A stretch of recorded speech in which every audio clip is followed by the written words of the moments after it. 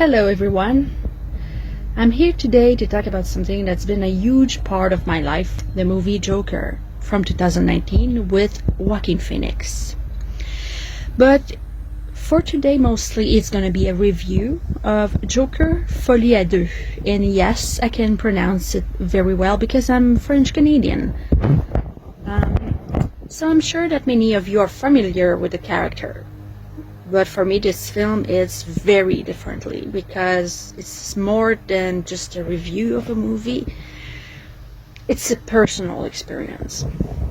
It's a raw. It's almost like Arthur Fleck's life is my own.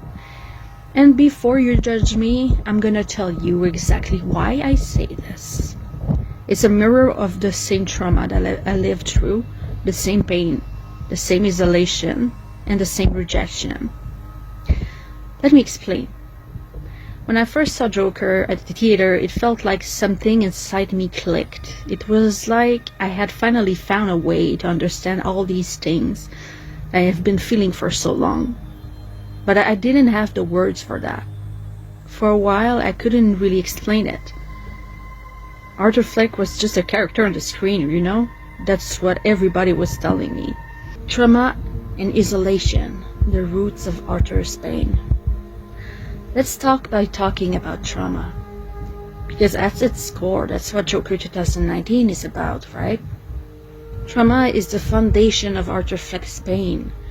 We see it from the beginning of the movie when Arthur's beating up on the streets, and it's only get worse from there. His childhood was filled with neglect and abuse, with his mother failing to protect him from the world.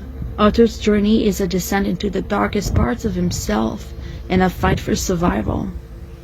And here's where I can help but relate, because for me trauma is not something you just get over. It's something that you carry on with you in your nervous system. The film shows us that when Arthur goes through traumatic events like his beating or the betrayal from those he trusted, it doesn't just shatter him, it chips away at every part of his identity. He's not just a victim of violence, he's a victim of neglect. The way that the world fails to see him, the way his pain is ignored, that's where I felt the deepest connection to his character. Arthur's mental health deteriorates not just because of his own issues, but because the world will not support him. The city, the mental health system, the co-workers, they all fail him. This is where I get really upset because I see it in my own life too.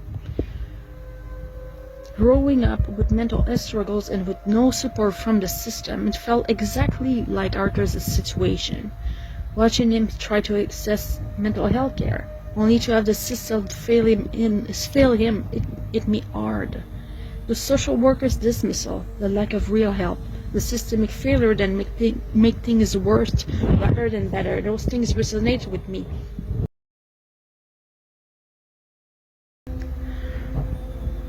Arthur and Joker didn't just become characters I watched on the screen.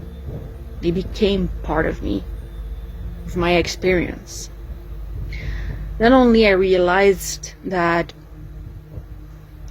I still go through the same lack of understanding, but I realized how much people do not understand DID, dissociative identity disorder. I developed Arthur and Joker as parts of me, as a way to process the trauma and the struggles of living with mental health issues. But they are not separate personalities. That's what they believed it was in the 90s, in the 80s. Hi, I'm Elijah. I'm the host of The Despite System, and we are on a mission to destigmatize dissociative identity disorder, which requires debunking a lot of misinformation. Popular and inaccurate media representations of the disorder make it seem like a child's personality is a mirror and trauma is the hammer, smashing it or splitting it into pieces. However, the actual theory of structural dissociation tells a different story. Everything that happened to you in your childhood, it caused a split.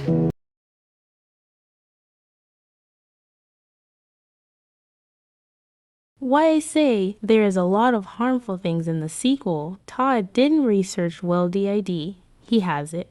But people can't believe it if he doesn't give a good representation. The theory states that young children don't have an integrated personality in the traditional sense. They have instead what we refer to as ego states that represent a child's needs, their hunger, their desire for attention from their caregiver, their need to explore their environment, and so on. In healthy development, these ego states usually integrate between the ages of 6 to 9, meaning they coalesce into a singular, cohesive personality. Severe and repeated trauma disrupts this process and lead to the development of DID, meaning that it's not necessarily that the personality splits apart upon the development of the disorder, but rather that these ego states were never allowed to integrate in the first place, going on to evolve as distinct states of identity and consciousness. Hence why DID was renamed in the 1990s from multiple personality disorder to dissociative identity disorder. We are co-conscious, we are like one and the same, and the pain, the rage, the feeling of being unheard, those things became real in my own mind, and so I put on the makeup. I let my body take up space in ways I have never allowed myself to before. I let myself step into a character I thought at that point who refused to be erased. But I couldn't speak up for myself. And I felt that Joker could. I felt exactly like Arthur, trapped. In doing so, I discovered something I had never expected. I was not pretending. I was not acting. I was not entering into the character. I didn't have to, because I already felt the same. I was not escaping. I was expressing myself. I was creating. What started as a simple act of roleplay soon evolved into something far greater, a therapeutic process that would later be known to me as drama therapy and psychodrama. Without even realizing it, I was engaging in a form of therapy that had allowed me to process my trauma in a way that traditional methods had never been able to. I was no longer just talking about my pain. I was confronting it, embodying it, transforming it. And through that process, I began to reclaim a sense of agency over my own story. So I was giving to myself what I never received. And I also did give to Arthur and Joker what he never received. This is why Joker is not a movie to me only. It is why I continue to roleplay, why I continue to explore this character, because I continue to push back against those who try to frame my connection to Arthur as unhealthy or obsessive.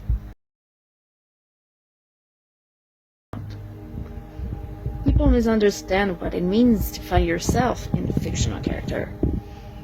They assume it's escapism, that it's about getting lost in fantasy, that it's about avoiding reality. But for me, it is the opposite. It's about facing reality in a way that is tangible, visceral, undeniable. But it's bad if you identify to him. Janina Scarlett, a licensed clinical psychologist who survived Chernobyl radiation and immigrated to the US when she was 12. As a child, she grew up in the Ukraine.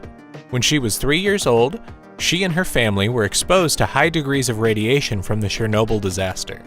Her health had been changed forever by this. Her body is now incredibly sensitive to changes in weather, like rain, and changes in radiation, like meteor showers. These leave her extremely ill, in some instances so ill it's life-threatening. When she got to America, she was bullied by other kids for being radioactive. This is when her love affair with superheroes began. As she watched the first X-Men film, she saw how Storm's power was connected to the weather just like how she was. Storm quickly became her favorite superhero. She saw just as the X-Men, she was a survivor, and like them, she can take control of her destiny instead of being controlled by her past. The reason the superhero genre is so important is that it is based on the fact that we all dream of having powers at one point or another. Whether it's super speed to get to school on time or super strength to stand up to the school bully. Because of these desires, we connect to those characters with powers. Since humans are social creatures, they want to be understood and supported, but it's hard to open up to other people, especially when it comes to mental health. Through finding something to connect with, for example, a superhero, we're given that understanding and support, which will hopefully serve as a vehicle for healing. Dr. Scarlet hopes that by connecting to superheroes, it gets rid of the stigma around mental illness. People will stop seeing themselves as mutants and instead see themselves as the heroes they really are. This is the basis of superhero therapy. Someone that has a connection with the Joker, they're not really focusing on, oh, the Joker is creating or doing these bad things and killing these people. They're focusing on the similarity that they feel at the core of the character. Is he's misunderstood. Right. That tortured aspect of the character. Which is why Joker Folie à Deux left me feeling more betrayed than anything else.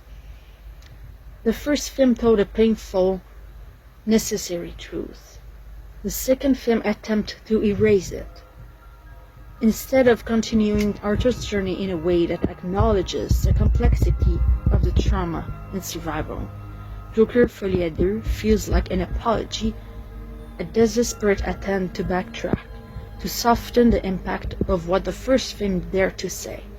It takes the very thing that made Joker powerful, its raw, unfiltered honesty, and replace it with uncertainty, contradiction, and a refusal to commit to its own message. It suggests that Arthur was merely delusional, that Joker was nothing more than a phase, that the shadow was something to be discarded rather than understood.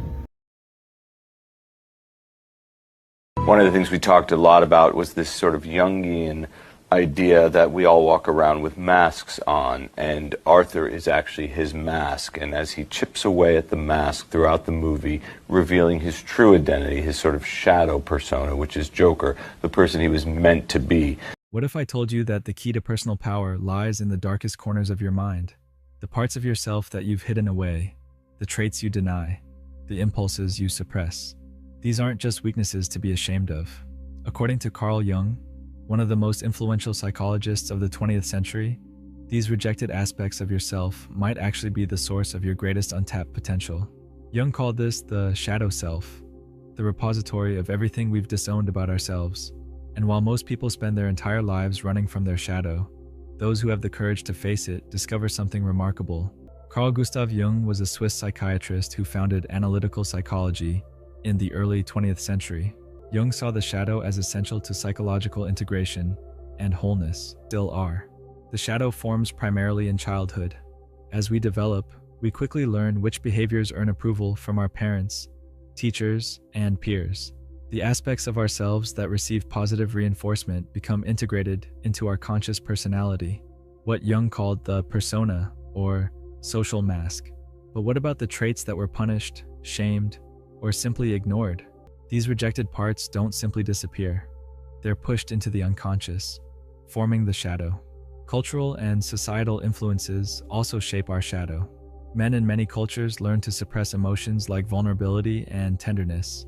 Women might be conditioned to repress anger or ambition. The shadow doesn't disappear when denied. It gets projected outward. But I have flash news for you. You cannot erase your shadow. And you cannot kill your alter either. That to me is the most dangerous lie of all. A story lost in its own reflection. The first Joker film was about the unseen, the discarded, the forgotten. It was about what happens when a person is repeatedly told by the world that they do not matter, that their pain is irrelevant, that they are disposable. It was a film about consequences, not of individual action, but of a systemic failure. It was a warning wrapped in a tragedy, showing the slow unraveling of a man abandoned by society, transforming him into something terrifying, yes, but inevitable. Joker Folie à Deux, however, does not build upon this foundation. Instead, it spends much of its time trying to correct, reframe, and dilute the impact of its predecessor. And it's all about moral absolutism. It feels like a film more concerned with responding to criticism than telling its own story. It wants to acknowledge the consequences of the first film themes while simultaneously distancing itself from them, as if afraid of being misinterpreted. It takes Arthur Fleck, one of the most complex, devastating characters, and turns him into a question mark, a man whose journey is no longer about reclaiming power or seeking meaning, but about losing himself in the contradictions of a story that no longer knows what it wants him to be. Much of Joker Folie à Deux plays out as a parade of humiliation for Arthur, a series of beatings, both literal and metaphorical. It serves no purpose beyond reinforcing his powerlessness. Where Joker movie had a deliberate escalating tension that made every moment of Arthur's suffering feel like a step towards something, whether it was transformation, destruction, Joker Folie à Deux simply lingers in the misery, offering no catharsis, no resolution, no moment of clarity. Arthur is no longer the driver of his own narrative. He is a passenger watching as others define who he is, as if his story is no even longer his to tell. Cinematic brilliance, narrative confusion. If there is one undeniable strength in Joker Folie à Deux, it's the visual and an auditory experience. The film is a masterpiece of cinematography, drenched in a haunting, almost dreamlike aesthetic that makes every frame feel deliberate, every shadow heavy with meaning. The use of color is stunning. It's a paradise for my own synesthesia.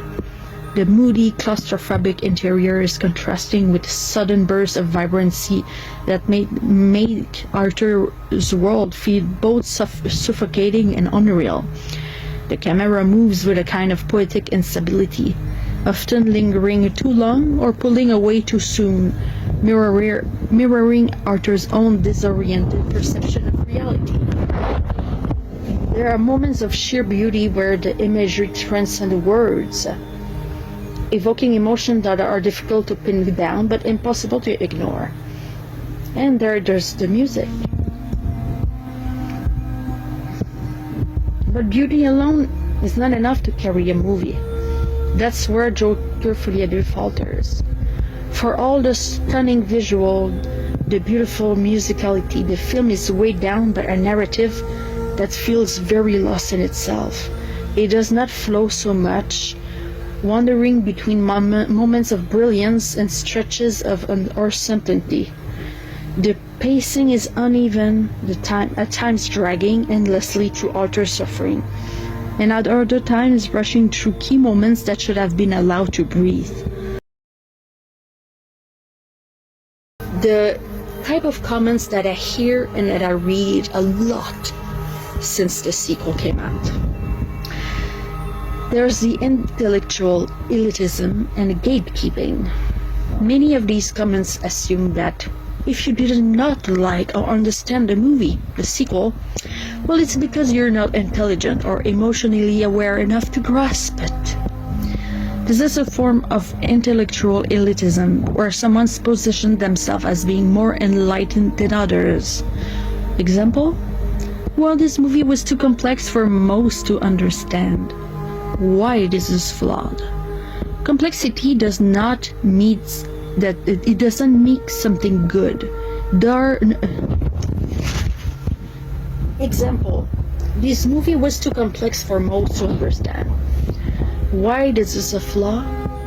Complexity doesn't automatically make something good, nor does not liking it mean something intellectually lacking.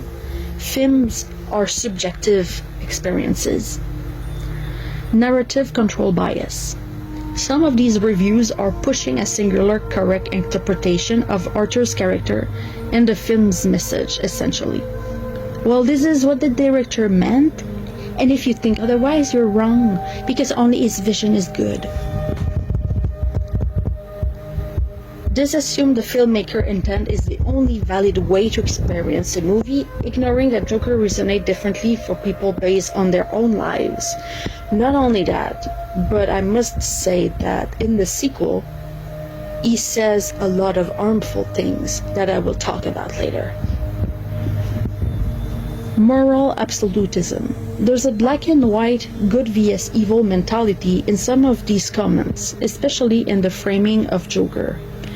They suggest that if you saw him as a sympathetic figure in the first film, you were wrong and you need to be corrected. Example: the audience didn't understand Joker wasn't supposed to be idolized. Why does this flaw? Moral absolutism ignores the nuance. People can empathize with Arthur's suffering without condoning his action. The story isn't just about good vs evil, it's about trauma, complexities of the brain, systemic failure, and survival. Dehumanization of trauma victims. Some comments reduce Arthur to a weak, pathetic man who was never meant to be powerful or influential. This dismisses the psychological reality of trauma, particularly how dissociation, persecution, and identity fragmentation can change and shape someone's path. Example: Arthur was always going to die, he was never the Joker. This ignores how trauma can evolve a person over time, how dissociation can create different identities to cope. It also reinforces Ably's ideas that mentally ill people are inherently powerless. Projection and meta-narrative spin. Some people are projecting their own discomfort onto the film and reframing it as a lesson for the audience. They assume that if someone liked the first movie, it was because they want to indulge violent fantasies, rather than because they relate to Arthur's pain. Example: this movie was made to show you that you only like Joker for the power fantasy and you never liked Arthur. This generalized audiences, assuming that everyone who liked the first movie misunderstood it. Many people relate to Arthur's suffering, not his violence, and I'm the first one to say I'm this one. So what kind of thinking this is? For what I just said, it was dismissive, condescending, because it's talking down to people rather than engaging in discussion. Reductionist, it's boiling down complex emotional response to a single correct interpretation. Morally absolute, it's assuming there's one and only one ethical way to engage with the film. Erasing personal connection, ignoring that for some, Joker was deeply personal and not just entertainment. These reviews are not about discussion, they're about control. They try to dictate how you should feel about a movie that is at its core about individual experience. The psychiatrist's statement in Joker Folie à Deux. I believe he fakes his mental illness. The psychiatrist's statement is classic gaslighting. When he said there's absolutely no evidence that Arthur Fleck suffered from any mental illness, that it was just a performance. Did you realize when the lawyer asked if he saw all the documents and that he didn't, and that he only assessed for 89 minutes? This in real life would have never be allowed. If the court hires you,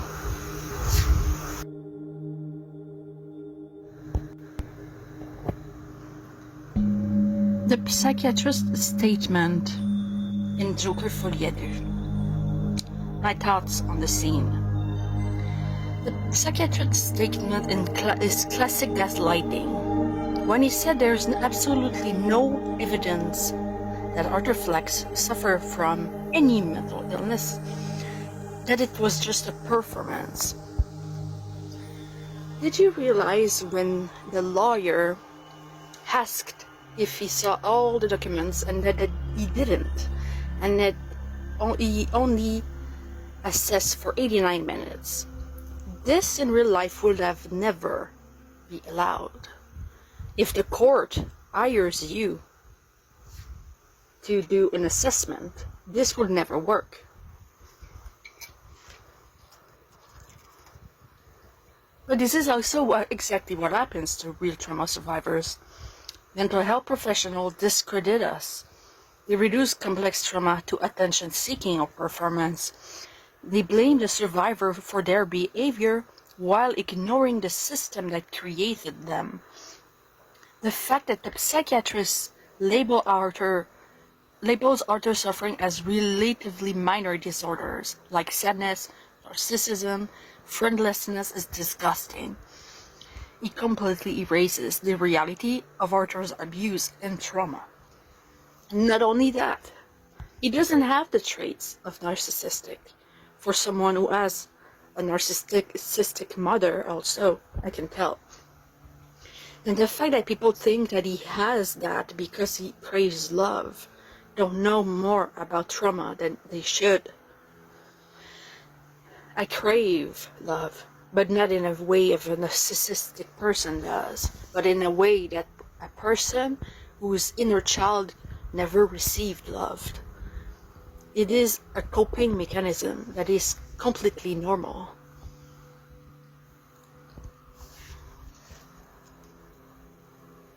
Also, I must add one thing. Dissociative identity disorder takes a very long time to get diagnosed. It's a much more complex disorder than people think it is. The hardest trauma to treat is the hardest trauma to see, and childhood emotional neglect is often called the invisible trauma because the effects are so hard to recognize. Here are 5 hidden results of childhood emotional neglect from a licensed therapist and certified trauma professional. Make sure you listen to the last so you know what to look out for. First, struggling to speak up for yourself, even when you have something important to say or someone's walking all over you.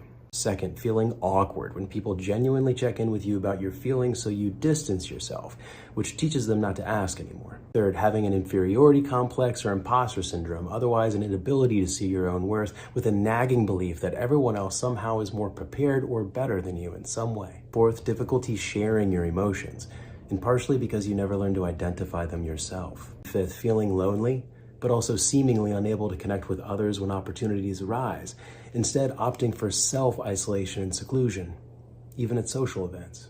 We've talked about anxious and avoidant. Now let's talk about disorganized attachment. Disorganized or fearful attachment is actually a mix of both avoidant and anxious kind of combined into one. Typically, this comes from childhood trauma, whether that's abuse, sexual abuse, physical, any kind of traumas. At the end of the day, the caregiver was not able to give the child the love and affection that it needed, thus creating an anxiety and a need to constantly have that validation. Say that there's no evidence that Arthur has DID. They're completely missing the signs and they're misunderstanding how DID works.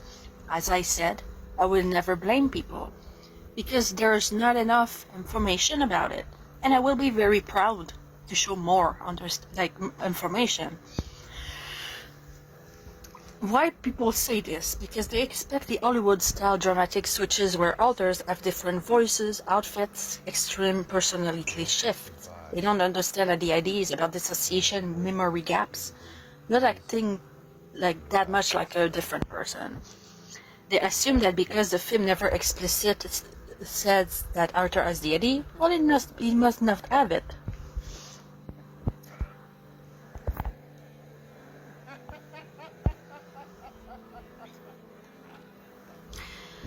There's very clear signs for me that he has DID. There's the memory gaps and dissociation. One of the biggest sign of someone having DID, no memory of childhood.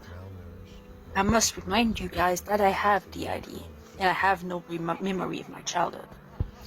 Arthur doesn't remember his childhood abuse. If you remember in the first movie when he watched and he looked in the document of his mother and he knows about the adoption and everything. He has a fantasy proneness, extreme daydreaming, and dissociative episodes, one of the biggest scenes of DID. Joker is not just a mask or an act. He holds all the rage, confidence, and power that Arthur was never allowed to have. That is the biggest DID sign.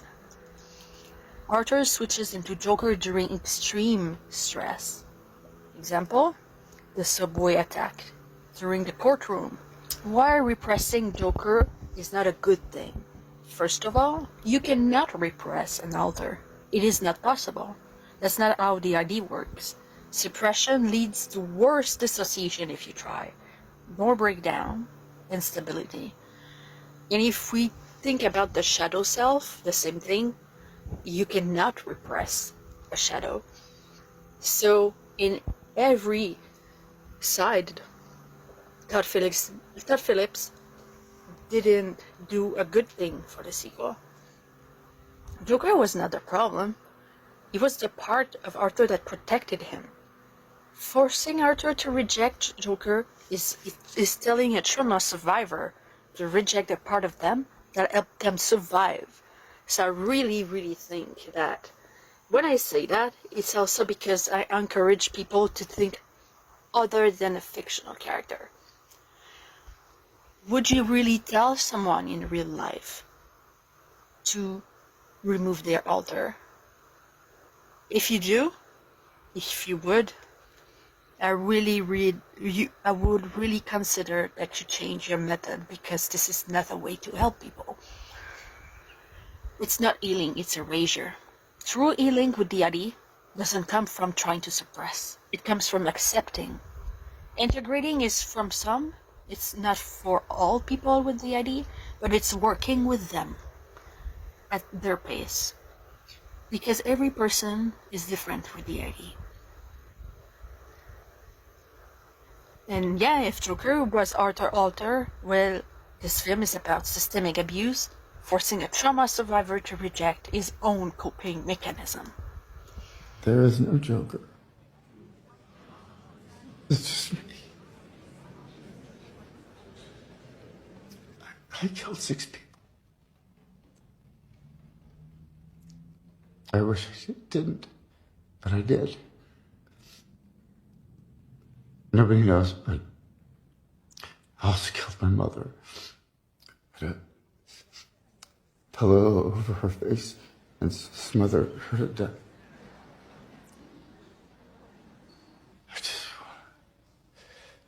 I just want to blow it all up and start a new life.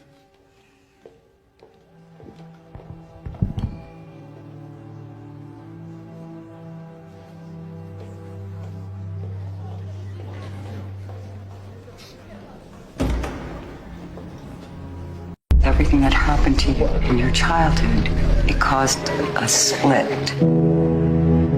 This fragmentation in you to help you cope with your pain. You have another person living inside of you.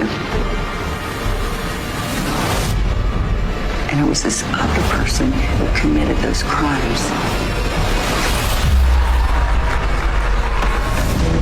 Do you understand what that means, Arthur? Like Todd had early on in the process had mentioned this thing about the shadow of a man, or and that it. What if you were actually your shadow instead of your sort of lit self, and you were the darkest part of yourself? And I kind of held on to that, and then would write things in the margins of scenes to sort of subtly show that photographically through lighting, in terms of not just the physical darkness, but how he sat against his landscape, whether it was more silhouetted, shadows in the frame, those kind of things. I mean, there's never a shot in the movie that's at eye level, and that was intentional from the beginning. That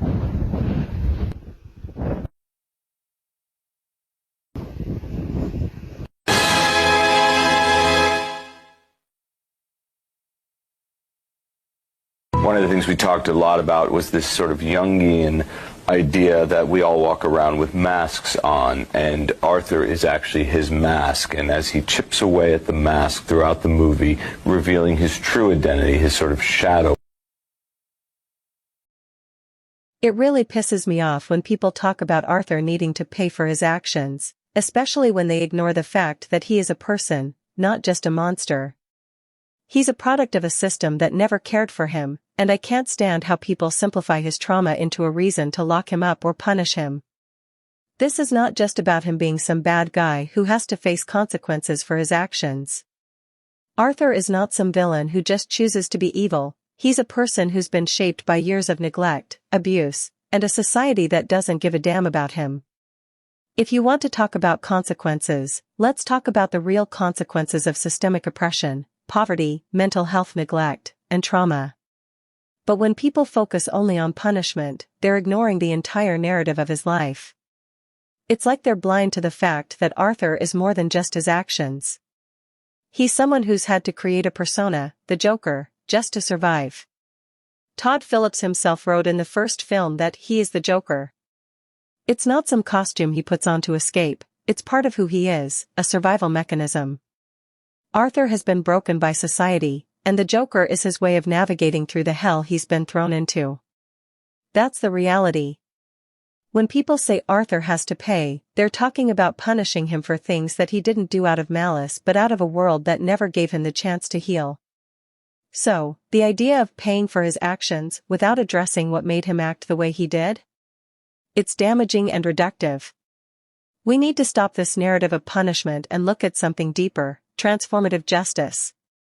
Restorative justice is often what people throw around when they want to talk about accountability without acknowledging the full scope of someone's trauma. It's about making amends, repairing harm, and creating space for healing. But even that isn't enough because it still centers around the idea of harm in a way that doesn't confront the systemic issues or larger conditions that create that harm.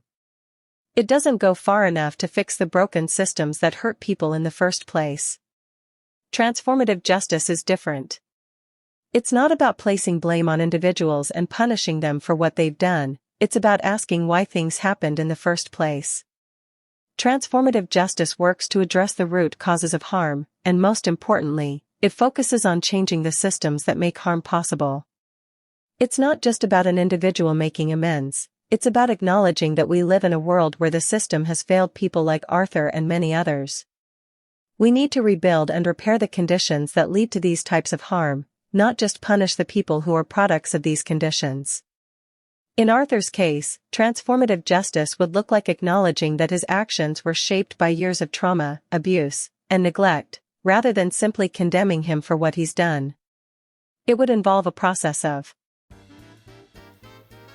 I would like also to add that compared to what most people think, no, the musical part is not the part that makes me hate the movie, and I don't hate the movie. It's a bit hard for me to especially hate the movie because it's too connected to my own life, like I said. But I will never be able to talk about the ending. There's nobody that will be able to convince me of the ending. And I prefer not to talk about that because I could become very rude. This is something that I keep for myself, that I struggle with, and it is related to my alters, and I believe this is the most disrespectful thing that happened to the character. But I respect everybody's opinion, but for me, I will never talk about it.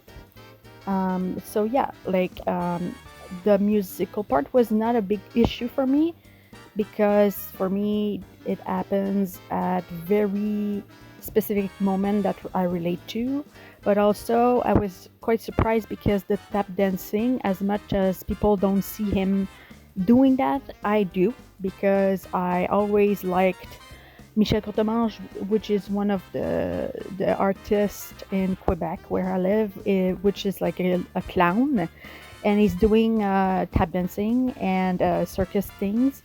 There's a lot of jazz roots music that I like, and a lot of times they're including a type of clowning vibe. I'm not sure really how to explain, but Charlie Chaplin, it's the same. There's a lot of things of that era that I find very clownish.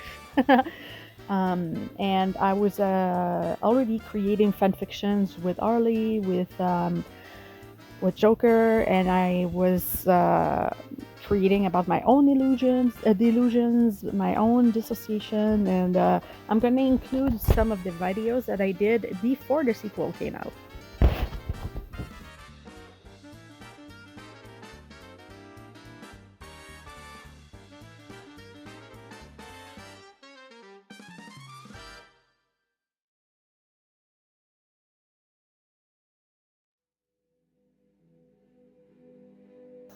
July 30, 2021. Meeting Joaquin Phoenix. I am shaking. I am overwhelmed.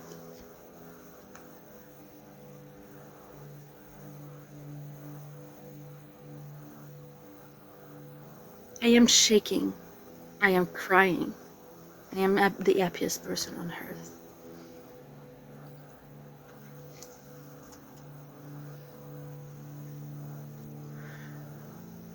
Tears are streaming down my face, but this time they are not from pain or sorrow. They are pure, unfiltered joy. I am holding onto this moment, tucking it away into the warmest corner of my heart. Unfiltered joy, knowing it will carry me forward. Even now I am still in shock. I'm shaking and crying, unable to fully process what just happened. I never felt anything like this before because I am not the kind of person to obsess over celebrities. But meeting Joaquin Phoenix wasn't about fame. It was something much deeper, something personal. Something very strange and hard to explain because as someone who's autistic, I felt like I met someone who was among mine. It was not the same man that was on TV, in interviews, in movies, at all. I felt like he was unmasking. I will never be able to express how he is in person. If you think that he looks nice and kind, you saw nothing.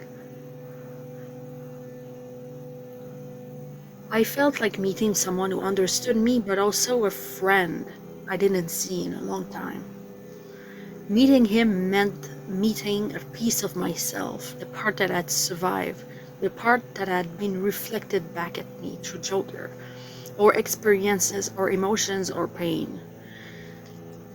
It was all there intertwined, and I'm not sure really how to explain it, but I felt a part of Arthur in Joaquin. I felt like I met, in a way, Arthur. I still can't believe this happened, and I never thought I'd have this opportunity. And even more so, I never thought he would be so deeply impacted by what I had to say. I think back to how it all began, how I ended up face to face with someone who unknowingly saved me. How it happened. The Disappointment Boulevard, now Beau is Afraid, shoot has started in Montreal, but I haven't been able to go. When I finally had the chance, I went without any expectation of meeting him. Just being close, just experiencing the atmosphere of the filmmaking was enough to me. I sat in a corner watching, sitting alone, feeling everything, trying to hold back the tears because I saw him from afar. The emotion tied to Joker, to my own life, were too overwhelming because for me it was so strange. At one point I ended up speaking to a security guard and I tried to keep my emotion in check, but I couldn't stop crying. The weight of it all was too much. I told him how much the film meant to me, how deeply personal it was. He listened patiently, and then he suggested that I write a letter. He said that he could pass it along to Joaquin. He would try. I was in shock. I sat down, hands shaking, and I wrote. Then I saw him. He was outside with a woman, his assistant. She noticed me. She walks over. "Do you need something?" she said. My first instinct was guilt. I'm bothering them. I knew it. My social phobia, my insecurities all screamed at me. But through my tears, I really tried to explain. I was telling myself, "Stop crying, you look crazy." I tried to tell her why I was there. "I'm sorry. I really want to tell to him. I'm sorry. I know I bother because he's shooting a movie. I know it would be very quick, but I really want to hug him. That I didn't want to take up too much of his time. I didn't want to be a burden." I was shaking and trying to be as fast as possible, crying. She listened carefully, then said, okay, let me see something and I'll be back." I tried not to spiral into shame, thinking to myself that I looked crazy. But the moment felt too big and I saw him looking at me. I looked up and she was coming back. This time, Joaquin was looking at me. Her voice cut through my daze as she said, "Okay, get up." I froze and... What? She said, "Get up." She gestured to me to follow. So I was led inside in the corner where they checked my temperature for the COVID precautions. And I heard her tell the team my name when they gave me a little badge. "Okay, guys, her name is Marjolaine, and she's going to meet with Joaquin." And then that hit me. I'm going to what? At that moment, my mind went blank. I did not dissociate. I completely shut down. I was in a depersonalization, derealization state. I was not able to feel my body walking. The emotions were too much. My body felt like it wasn't even mine anymore. I thought I was about to faint. We stepped outside. The security guards really were speechless as they watched Joker. They watched Joaquin approach to me. I was still struggling to grasp reality. Was this actually happening? Was this even real? He smiled and he said, "Hey, how are you?" I let out a shaky breath and I said, "I had the worst days." You? He laughed and he said, I'm sorry, I still cannot wrap my head around that moment. He said, "Yeah, what's up? What's your name?" Then he tilted his head slightly and he said, "I saw you earlier." And I was wondering, I was like, "Yeah, I want to go see her." She's gonna be like, "What the fuck are you?" You know? And I laughed nervously and he said, "No, it's true." I swallowed hard and I said, "My name is Marjolaine." And I said, I really wanted to say, I really wanted to tell you, thank you. My voice broke and I said, "Without even knowing, you made a movie that literally saved my life." His expression softened immediately, and without hesitation, he sat down next to me and wrapped his arms around me. He held me for the entire conversation. And I said I could thank Todd Phillips, I could thank Scott, Lawrence, the whole team. But the way I had to stop because my voice choking in tears on the words. The way that you showed these emotions on screen. The way Arthur and Joker brought to light the weight of trauma the same. The way it reflected everything that I've been through. They have so many similarities with the character that I'm almost afraid of it. Through my tears, I told them everything, the same rage, the abuse, the trauma, how I've been bullied, beaten, cast aside, in severe poverty, how I'd been attacked, not as a clown, but as a mascot, a fireman dog. How I had been judged, how society treated me, how, like Arthur, I had snapped, not in the same way, but how I had fought back. And how, just like in the movie, the world had turned against me for it. I told him how I had no access to therapy, how the waiting lists were endless, how the services kept getting cut, how cosplay became my own therapy, and how Joker gave me a safe space to release his own emotions that I had no other outlet for. And I said again, "You saved me." His eyes were filled with tears and he exhaled shakily and he said, "Oh," while looking down. "This is so sweet." He shook his head and he was trying not to cry, but he cried. And he said, "This is the kindest thing that you could tell me and what you went through with the poor baby." And he kissed my forehead. And I said that the talent of actor that he had, and I immediately looked away because this man doesn't like compliments. And I said, "Joaquin, when I say you're a good actor, I'm not saying, 'Oh my God, you're such a good actor.' I'm trying to tell you that the way you act made me feel less alone because of the talent that you have. It's not like a sugarcoating thing. It's because of the depth of your talent made me feel less alone. This is power." This was more than a compliment for him. He stood up and motioned for me to do the same.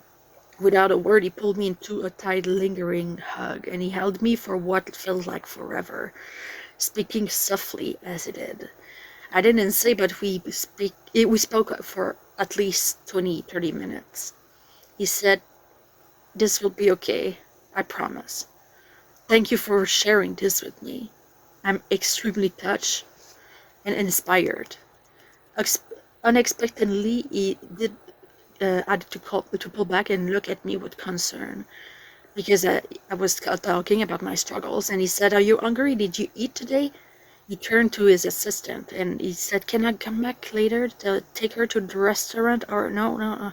They were talking very fast and they didn't have the time because he had to shoot the movie, you know. And he asks, "Where's the salad avocado?" "No, okay." And I was confused. I didn't know what they were talking about. He went somewhere. I wasn't sure where, but I was waiting near the fence, and he came back to me, and he was he prepared me an avocado sandwich, a salad. He brought a Coke, a bottle of water, and he was ashamed he couldn't do more. And yeah, so before he left, he hugged me again.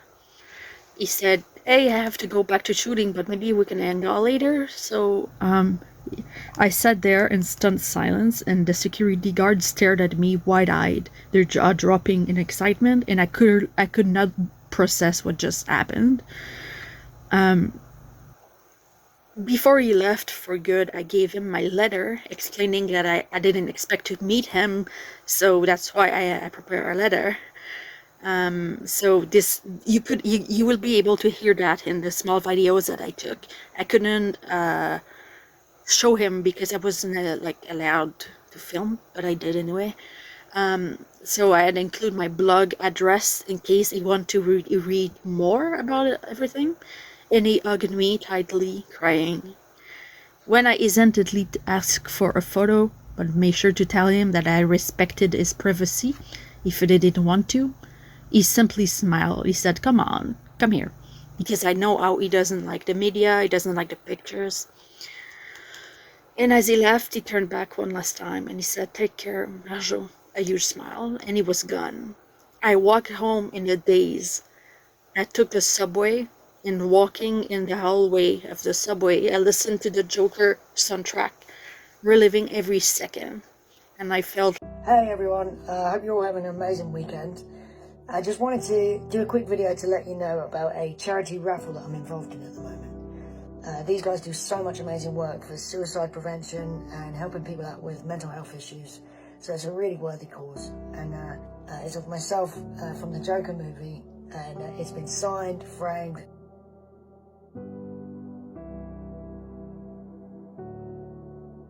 The painting, this one, yeah, we managed to raise a lot of money and for an amazing cause, Hope for the Day, and the winner has been drawn, and it is Marjolaine Robichaud from Canada. So yeah, we'll send you an email, get your address, and get this off to you as soon as possible. But yeah, thank you everyone.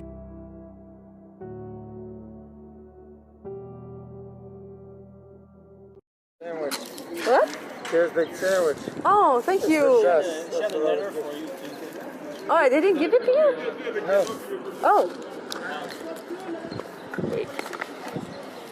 Because I never thought I would see you, so that's why I wrote the letter. Yeah, so I wrote a link